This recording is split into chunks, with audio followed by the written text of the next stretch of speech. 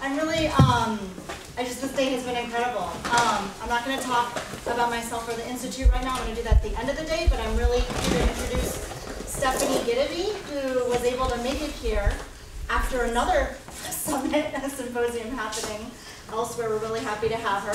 She's CEO and president of North Star, a strategic consultant firm that provides guidance to government and community leaders. North Star helps leaders bring their dreams to life by transforming their visions into reality.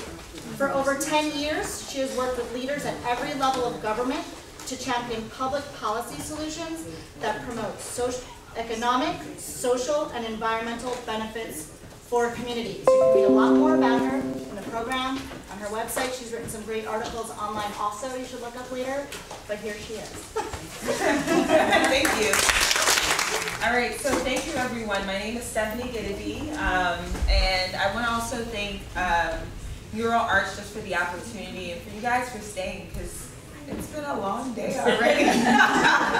So you guys are here at what we're calling art, right? The art of sustainability. But what does it really mean to sustain? We're going to spend some time exploring a little bit about that. We're going to talk a little bit more about the systems that we interact with, and we're going to spend some time also talking about, in a framework, how do we continue to do the work that we do. I love this photo, and it was great because it actually connects to something that Carl talked about earlier today. So this is a photo from Cuba. It is in Callejón de Jamel. It's in Havana, and essentially really just an alley, which has been a great space to preserve the Afro-Cuban experience, in which you can go, you can explore. But what the artist Salvador has done and used reusable things all around the country and brought it to this area. And so there's like bathtubs, there's just all of these pieces that he's recreated as art. And what's so beautiful is the community has used this as a way to bring tourism and talk about their culture and what it means to experience places. And so for me, when I think about what it means to sustain, I thought it was important for us to ground ourselves. And really going back to just the Latin word, the notion of uphold, right? To endure, to provide what is needed to exist in the spaces that we interact with. And particularly in my own field of practice, I do community development work. And when we talk about sustainability for a very long time, it was around three major pillars. So we really often talk about it as people, the planet, and profit. We also talk about it as the social aspect. We talk about it as economic prosperity, and we talk about it in environmental stewardship. But the reality, particularly because I am someone who works in the environmental space, we have spent a lot more time focused on the economic and on the environmental and less on the social. And as a result, we're seeing how that is impacting places and spaces that we exist in as part of it. And so even though we love this word sustainability, we have not necessarily upheld the things that we say when we talk about what this means. And for me, it really is also really thinking about how do we meet the needs of the present without compromising the well-being of the future. And so we're going to talk a little bit more about what that means to be sustainable, what sustainability means even now. And in the intersection of all of these pieces, there's this notion of if you connect the people to the profit, we can do it equitably. If we connect the planet into profit, it can be viable for us to continue to live long after. And if we connect people to the planet, we can have more livable experiences. And in the intersection, we find this word sustainable. But that's not necessarily how it's been. And so we love this concept of live, work, and play. But the reality is, we all can't really experience the opportunity to live, work, and play in the places that we love anymore, right?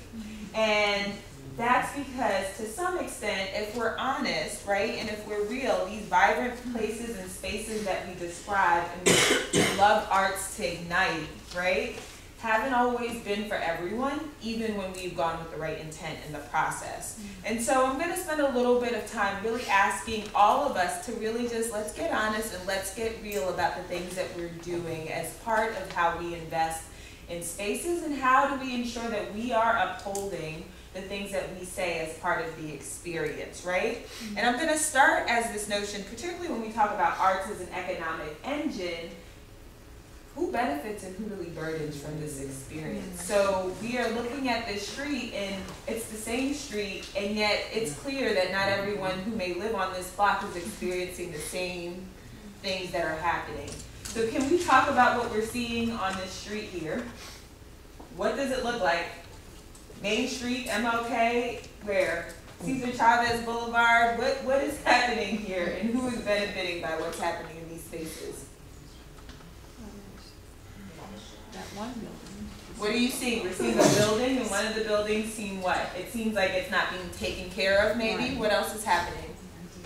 Empty lot is part of it. We're seeing trash. What else are we seeing? Sushi. Plants. We're seeing sushi across the street from the abandoned house, right? Okay.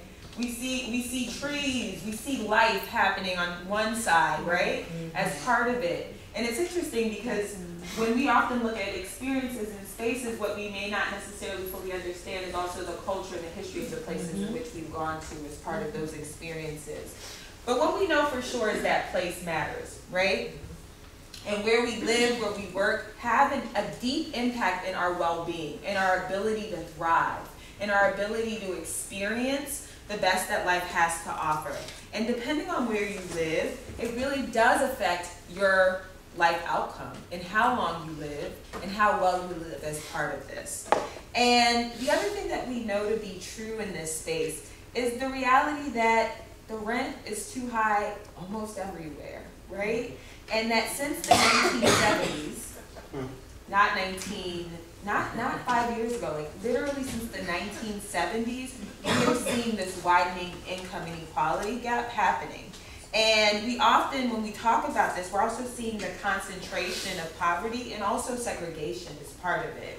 And so even as we talk about this notion around place and spaces and people and activation of all of these pieces, it's important for us to not just understand that place matters, but so does race as part of it. And that where you live really truly does impact your health. It impacts your ability in wealth. It impacts your ability to continue to thrive as part of it, and that is continuing to happen. And I love this chart because when we start to have a conversation around why not everyone is experiencing the American dream, what we don't often fully understand is the fact that we live in a society that is interconnected, but also that was built on race and class. And so if that is your starting point, depending on where you are, it has not been as easy as part of your experience of how you attain what we call the American dream as part of it.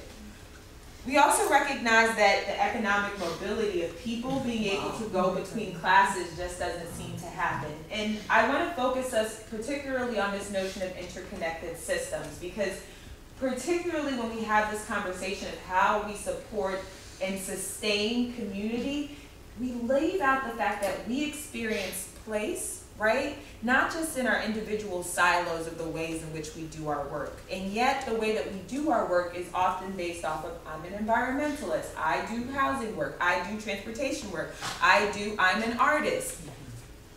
But what I love about artists is that they often sit at the intersection of all of these places, as we do in the ways that we experience place. And that the way that we experience place is not limited to the notion of what we may see as part of those connection points.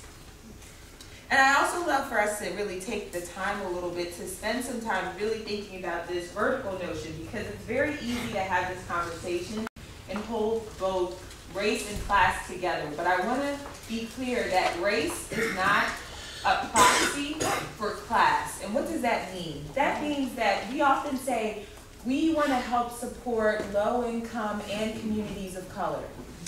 Okay. You can be middle class and still experience, you can be a black middle class and still experience all the social inequalities that occur because of race. And so, and you can be white and poor, right? Yeah. And also experience all of the inequalities of classism that comes as part of it.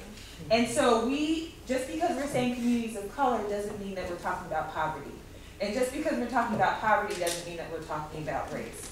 And so it's just important for us to be clear about the ways in which we talk about communities, because we don't want to get really clear about what it is that we're really trying to tackle at the bottom of the iceberg within itself, which is the foundation in which a lot of these pieces have been built on. And I'll explain a little bit more because I think it's important for us to understand our past. When we were building America, and particularly when we think about the 1950s, when we were constructing both our highway system and also when we were building new houses during the New Deal, there was real inequalities in the ways in which we had access to opportunity. So when we were building our highways, and this is why you can go anywhere in America and you truly, where the highways divide, often are the dividing line for those who have and those who have not.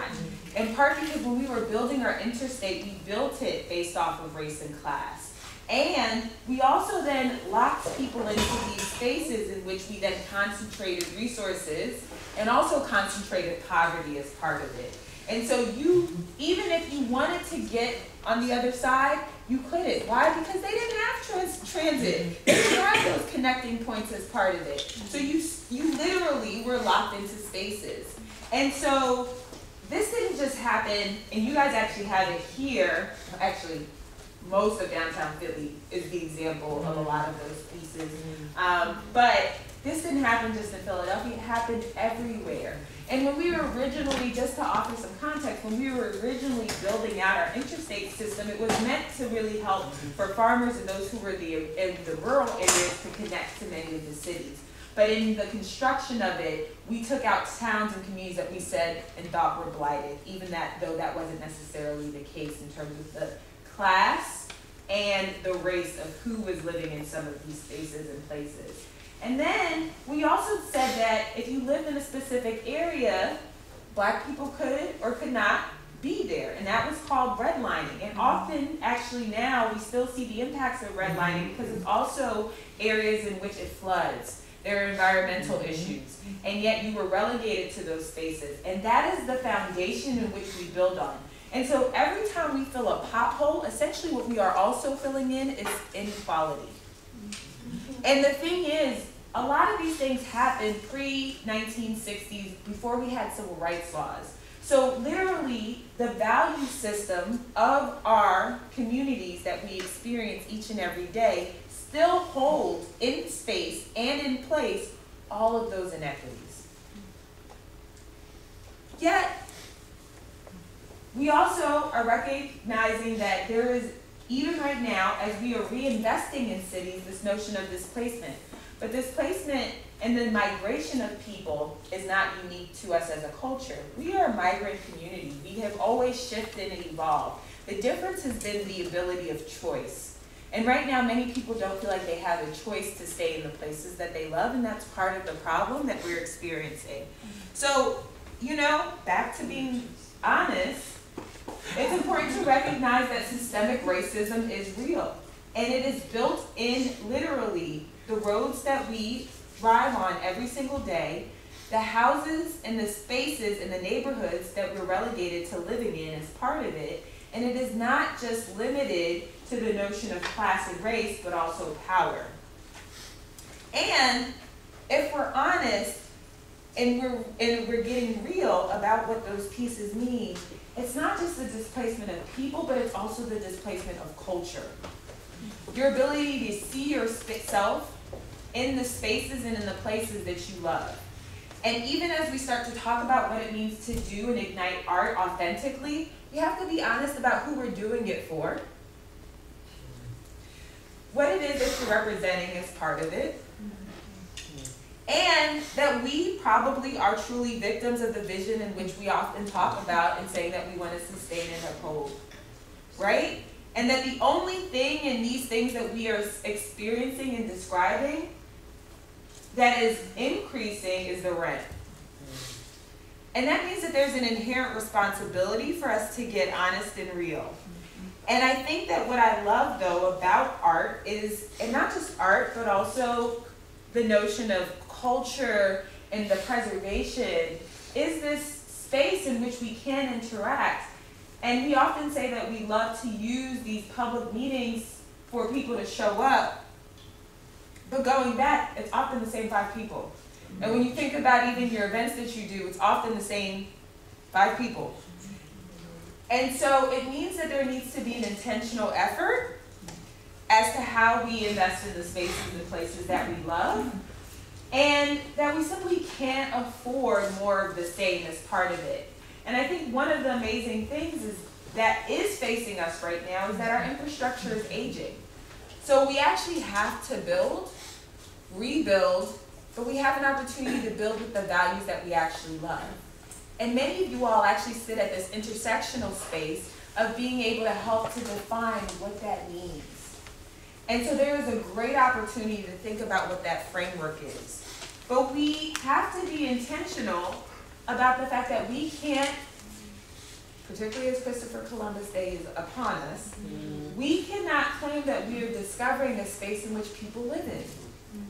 You can't rename places and spaces that people have existed in and not acknowledge that someone was there before you arrived. And so even as we think about what this means in our acknowledgement, it's being able to really truly talk about what that means as part of the cultural legacy of the places and spaces. Now, I love this photo because the notion of Harlem being so high is like, what? How is that possible? And yet when we think about what has ignited many of the spaces that we see, it is the intersectional space of what art has offered. And it is not to shame us, but for us to really think about how we just continue to evolve our work, how we continue to think about the places and spaces that we're investing in as part of it. And going back to the word of sustain, being able to think about how we support, how we uphold, how we continue to ensure that we can endure long after, and that the cultures of those places can continue to endure long after the people move, and that the identity of place and space still exists as part of it. And that really comes with really being able to think about how we integrate with equity. And when I start to have this conversation about equity, people aren't really quite clear, so I'm going to spend a little bit more time, but I think the most important thing is really thinking about the resources that are available and allocated to ensure that everyone is able to thrive and benefit by the investments that are being made as part of it. And I love this slide because particularly when we start to have this conversation around equity, it turns into equality. We just want everyone to just be able to experience places and spaces together.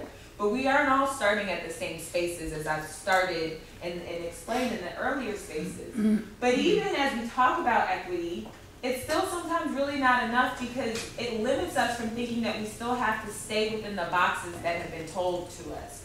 And so this picture has actually evolved to this notion of justice, that you don't even need the fence there, right? In the same way. And what I love even more is that my colleagues from the ADA, the American with Disabilities, those who have disabilities, they said even that slide isn't right because everyone's standing. That's not how we experience space. And so it's like we don't even need justice. We can get to liberation.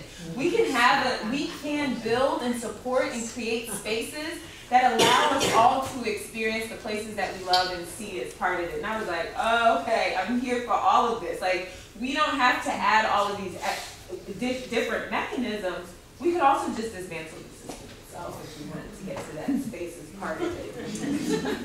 So, then it's like, well, how do you do this? And one of my favorite examples comes from Angela Glover Blackwell, who is the former CEO of PolicyLink, and she talks about something called the curb cut effect.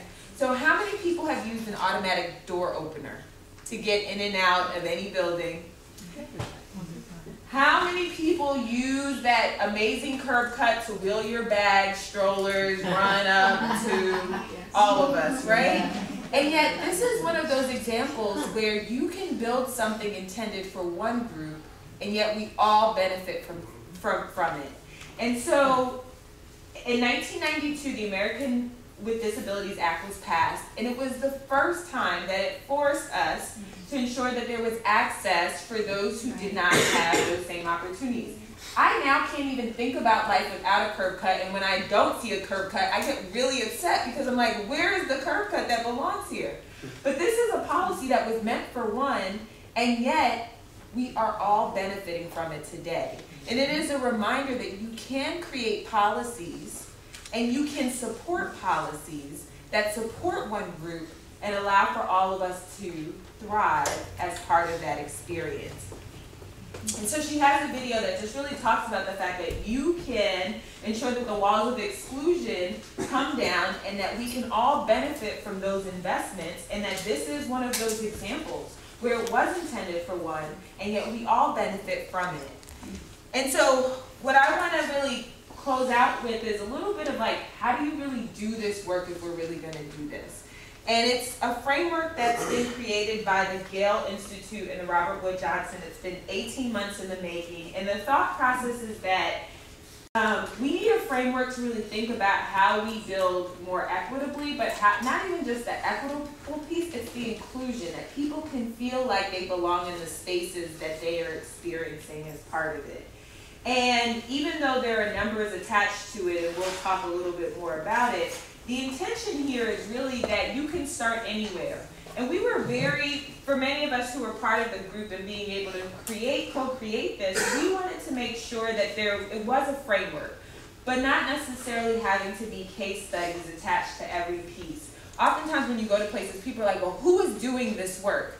I could tell you, but you still can't do it. Why? Because the politics, the time, the resources that are required are different in every city, right? We learn from best practices in part because we're able to pull some of the key things that we're seeing, but even still, you still have to adjust it to the places in which you are from.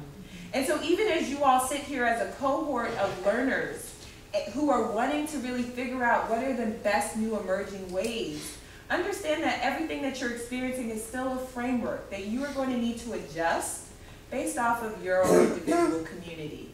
And that it actually makes it even better because it all offers a space of authenticity of being able to still afford the community and those that you're supporting to be involved in the process. One of the things that we talk about is really how you mobilize inclusion. And so I'm going to run through some of these pieces, but we believe that there are 4 key pillars, particularly in the design of place. And so one of it, and we'll talk a little bit more, is the notion of context. The process that offers people the space to continue to experience civic trust, the design and programming that comes with it, and then how we sustain it long after you have left, right? Because, again, we are ever evolving people and beings, and that we want to still be able to preserve what has been, honor the legacy of those things, and continue to grow from them. And so even as we talk about the context, why context matters is because you cannot be an expert of a home that you've never lived in. And yet we all love to show up in places and serve as the expert of a place that you've never been. And it doesn't mean that you can't still honor your expertise in what you know, but it means that you need to understand the context in which you're walking into. And even if I was the builder of the home, I may know what has the foundation of it, but I don't know what it means for you and why you love it and what has made it home for you and those who experience it. And so being able to understand the character and the people who live there, being able to understand the greater community context is part of it. Being able to also understand who is allowed in and who's excluded in this process. Because particularly when I talk about the highways and I talk about redlining, there's a level of awareness that many of us didn't even know. I operated in these spaces all of these years and I never fully understood what was happening. I didn't have the vocabulary. And yet I could tell you that those folks live over there, right? And so being able to start to name what's happening and what are we building that may exclude people from the process. And then also being able to identify community assets. We love to build and support and ignite spaces based off of a deficit mindset. So when we looked at the two parts of the city, of the street, we identified all the deficits that were occurring. But there are so many assets in every community. And those assets aren't always defined in the ways that we need in the built environment per se. It could also be, and yesterday was such a great example of Little Tokyo, one of the speakers, Danielle, she talked about the fact that it could be a receipt from the place that most people can afford to eat. And that is a cultural asset and it is a community asset because that's the place that people go to. It is the place in which you go and talk about what's happening in the community. There are all these community treasures where if you walk into the neighborhood, you may not necessarily know, but if you live in the neighborhood, you definitely experience as part of it. The other thing is really the process in which you really start to build.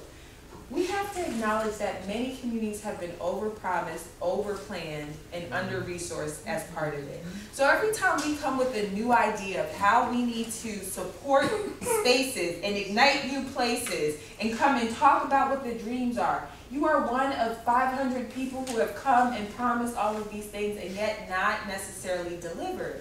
But the beautiful thing about art is it is a tactical urbanism piece where it does not require you as much resources to allow for people to see themselves. And so to the extent that you can continue to leverage what you do to bring that into the spaces and allow for people to see themselves, it builds solidarity. There is a great professor, he's with the Hans Institute, his name is John Powell, and he says that solidarity is I see you. We operate in a society in which we are operating each and every day just trying to be seen. And yet we are also been told, right, by our experiences where we belong as part of that. And to the extent that you are able to allow for your craft and your truth to allow for others to be seen, you start to really build solidarity in the work that you're doing as part of it. And also start to support the social capital that we have in identity and ownership and the social network of being able to bring folks together and in spaces and places. And being able to allow for people to see themselves in the spaces that they love as part of it. The third piece is really about the design. And, you know, particularly when I go in the community development space, I say we love to come out with murals and designs, and we have all of these visions for what a neighborhood should look like. And we have these meetings where we tell them what it should be with photos of people before we've actually spoken to them. How did you get that information? Where have you and who have you spoken to decide that this is what needs to be? So leaving the renderings for the last phase and starting at the first phase of just really being able to understand what it is that people experience and love, and what is the quality of the places that they are currently, what access do they have in those places, and where do they feel most safe and secure as part of it. And then the final piece is the sustain, because we love to build things, but we don't, and we love the ribbon cuttings. I've worked for many elected officials. That's the best thing. We love to show up and talk about what we've done and funded, and then we never come back. It's wrong. Let's be honest, let's be real. And so how do you continue to support the ongoing investment in those places and spaces long after the mural has been designed and developed? How do you continue to allow for it to be an activation space? How do you continue to support the community? Particularly when we start to think about creating more transformational spaces. And so I have a few questions that I want to leave you with before I open up for questions. But I also want to just hold this notion again of if sustain needs to uphold. How do we continue to uphold the things that the communities that we love and that we support and that we're working in partnership with? How do we support that work? And how do we do it more intentionally? Yes. And how do we think about it not just in our individual silos? And one of the things that we're experiencing right now, even as we talk about the gentrification but also the displacement of people, is this thought process that it is not my problem. I don't do housing issues. I don't understand transportation. I don't know anything about how you get a park in open space per se. But the reality is, if you don't know, someone else does, and so maybe you need to invite them into the table. Maybe you need to allow for your voice to support the work that is happening so that we can make sure that together, because we don't experience place in silos, we can continue to evolve, because it is for the betterment of our greater society as part of it. So a few key questions. As you think about what you are doing, particularly because many of you guys are working in a delegation, right, who are going to be going back to your individual communities, how are you co-creating and integrating equity as part of it? Have you engaged the appropriate folks as part of it? Have you ensured that the neighbors who actually are going to be living in those spaces have been able to weigh in? Are there other people who should be part of the process or been included as part of it? Or just a few questions. The second question is really, what is the impact? We never, particularly because I also wear the hat of being a policy person, we often do and develop policies with the best intent, I promise you. But the reality is we don't necessarily think about who may be burdened by this decision that we're making. So in all that we do, really start to think about those questions and also think about how you can mitigate, how you can avoid, how you can address those pieces. Who are the groups that may be left out from some of the things that you're doing as part of it? What are some of the unintended consequences that occur? And the final question is, how are you actively combating against privilege? Because the reality is, I don't know that many of us even recognize our privilege, and because it's like air. You breathe it and you never think about it. And yet, your privilege is suffocating someone each and every day, whether you recognize it or not.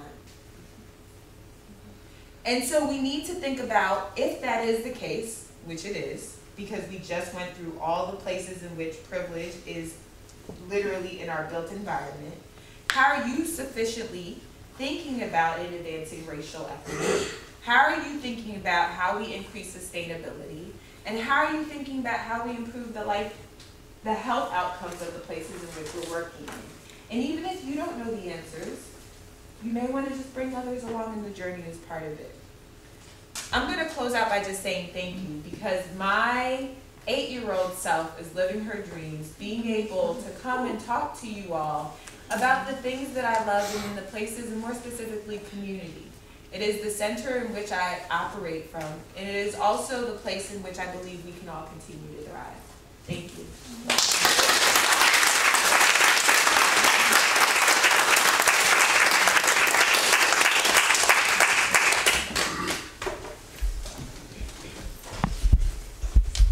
So I wanted to create space for us to really just have a conversation. I gave you a lot. But I want to really be honest and just offer this as a space for us to really think about, particularly when it comes to the work that we do in igniting places for art and culture.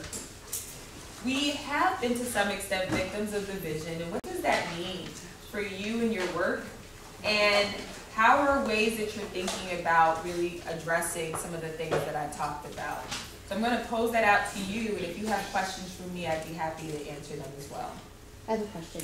I think, so here in Philly for many, many years, since I was part of the Anti-Graffiti Network, we have really tried hard to value the authorship of community, like not go in, it's not art that's dropped down from the sky. So, but now what's happening as Philadelphia gentrifies and is changing so rapidly, a lot of, especially the older murals, are going away, and developers just tear them down, build in fronts, think nothing of notifying anybody. And so there was a community meeting a few weeks ago, and a woman stood up to speak, and she sort of, I think, summed up what I'm hearing all over the city. She said, when the murals go away, we feel our lives are being erased. And so I feel like this moral imperative to do something, right? And I'm just wondering what advice you would have for us, because I take very seriously what you said about going in and then leaving, right? So you go in and you build expectations, and you sort of create this community, and then, sometimes it's resources, time, capacity, it's a lot of things. I wish we could stay everywhere longer. Now we're doing hub spaces, which allows us to stay longer. And some of my colleagues who are here today, you'll hear from Shari Hirsch, has figured out a way with her restored spaces staying longer, but it's not always feasible. But I feel an obligation to the thousands of people who do have works of art that they have come to love and identify with. And it is heartbreaking. I know we can't stop economic development, but I feel we should do something, and I wonder what your advice is. Yeah. So one of the things that I really talk about, and I've just been really processing a lot more, is how we continue to build also our moral resilience, because there is a moral imperative that is required for us to do this, right? And it requires us to really start to be honest about what's happening and being able to call it out and being able to hold the developers accountable to replacing what is there.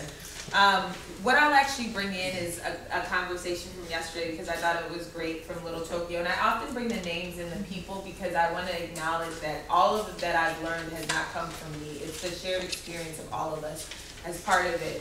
But in the Little Tokyo example, which is in LA, it is one of the last Japanese American communities in the country that still is being preserved. Dominique talked about a couple of things that really resonated with me.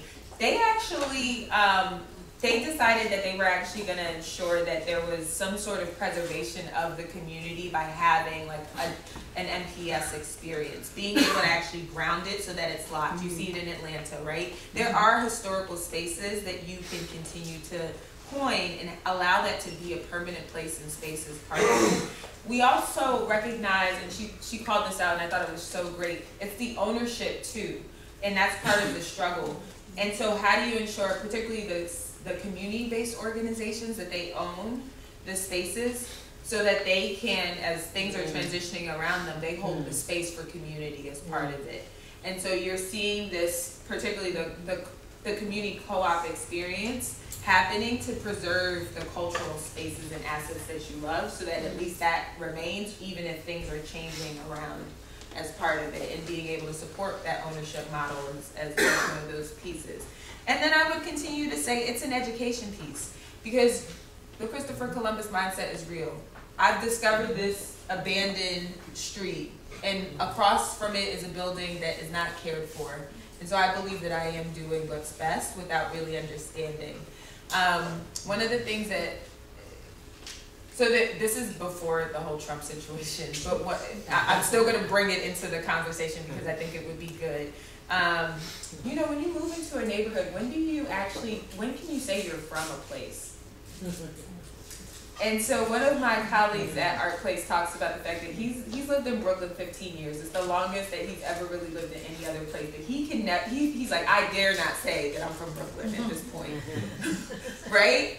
And so in San Jose, I'll have to come back with the name. I won't call it because I don't want to get it wrong. But what I will say is there's an area where they have citizenship training, where you can be from the neighborhood and that neighborhood by being able to learn the history and the people who come and are from that space. And I just thought that was so great. I was like, who thinks of that? Right? Because I mean, if you got to take a citizenship test to be an American, you have to learn the history. Like, what if you did that for community, so that you fully understand what you're walking into, so that you don't feel like you've discovered a place, you know, and you've been there as part of it. And I was like, oh, that would be great. In Chicago, they do something called On the Table. It's funded by the Chicago Trust. And they do these dinners where people get to come together and just experience and talk about different things. But one of the things that they've done the last 2 or 3 years is they've offered mini grants for you to take your conversations and activate them. And one of the I ended up serving on the panel, and one of the ideas that got funded that I love was this notion of when you move in, that there is a new neighbors packet that is sent to you, so that you are clear about what you are coming into. That it is a neighborhood. You didn't discover it, and you need to understand what it means to be here, right? It means that you're not calling the cops about the church bells. You're not, like, that's what you signed up with. Like, if you move here, this is what you are agreeing to on the terms. If this is not what you want to do, maybe this is not the neighborhood for you, right? And it's those things where it's like, it's some basic stuff, but we might need to just really, what we know is it's not working. So I don't have all the answers, but I do think that people are doing some creative things, and I think that there's stuff that could definitely be replicated. I love that idea of, like, Maybe needs to go with realtor packages. Like, here's what you're signing up for coming here to this neighborhood. I'm sorry. That just reminds me, I lived in Norris Square, the Norris Square neighborhood in Philadelphia for a long time, but when I first moved in, there's a park in the center, because it's a square.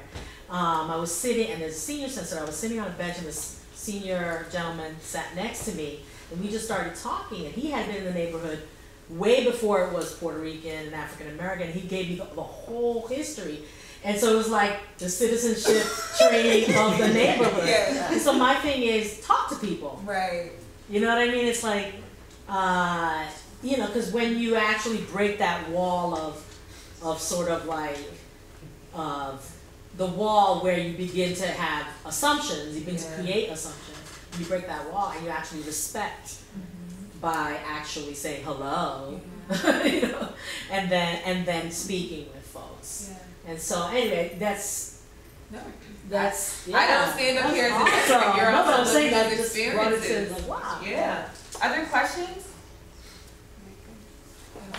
What advice would you have for communities where you may have stakeholders that desire a change as far as wanting to create a different environment that honors the people, however, none of the businesses or homes within those areas are actually owned by the people that live within them. So even when you reach out to the owners of those establishments, they have no stake in the community other than collecting a check, so they can care less about improving it. And the people within those spaces, this is their livelihood, therefore angering the landlord for requesting, you know, certain things is not necessarily on their to-do list. So what advice would you have for communities that deal with that? So there's a great group. It's called Rights to the City. They lead tenant protection work across the city, like across the country, and they actually have a couple of different tools in their toolbox. But what I would there is an accountability piece that you guys could do, and just the training of what tenants have rights to based off of the local laws. There are some inherent responsibilities, and you don't have to necessarily put your name out on it to be able to bring other people together. I would say that movements require people, and that's part of the struggle, is being able to build that sense of movement and people and bringing them along in the journey is part of it. In LA, they are, I can see his name. His name is Sam. I'll get you his contact information. But in LA, they are essentially, they go around with those rights fact sheets so that people are clear about what it is that you can say do as part of the experience. Because you're right, there's a level of like, this is my property. You are choosing to be here. If you don't want to be here, you can leave as well. But they also have an inherent responsibility to the tenants as part of it, and that the city has ownership to, or could, they have the authority to have that level of accountability. I do think that, you know, we're seeing a lot on really thinking about how we start to support more of the ownership model. I think it just goes back to the foundational space that it wasn't necessarily intended for people of color as part of it. And so how do we start to build that level of ownership, whether it's co-sharing, co-owning, and starting to invest in the neighborhoods that we say that we love, like starting to put our money in it so that people don't have the right to necessarily say that we have to move as part of that experience. And I think we're holding that tension. So I don't have the full answer to it. Rights to the City, though, does have some good things that I would actually encourage you to check out as part of it. And they focus more on tenant protection, not on the business side of things. So I don't have the business answer. The neighborhood I live in has something interesting that might address, they have a way of addressing some of the issues that you're talking about. It's called the Wissahickon Institute Citizens Council. Okay. And basically it's people from the community who come together monthly. They have an agenda. They keep an eye out on things that are happening in properties. Be it, you know, a lot of people do rent, but and we get a lot of college students who come in and they're transient, so they're not always there. But when they come in, if they're causing disturbances to the other people in the community who are the long-term residents, this Interested Citizens Council will advocate on behalf of, they will also advocate in terms of changes that are being proposed. And if it means that they need to take something to court for the community, they do that too. So they've taken ownership of their own community by being interested citizens who are actively participating in what's going on in the community. And any changes that are happening, they will go out and just have community meetings to discuss them, and possibly, if it means intervening in some way, they will do that.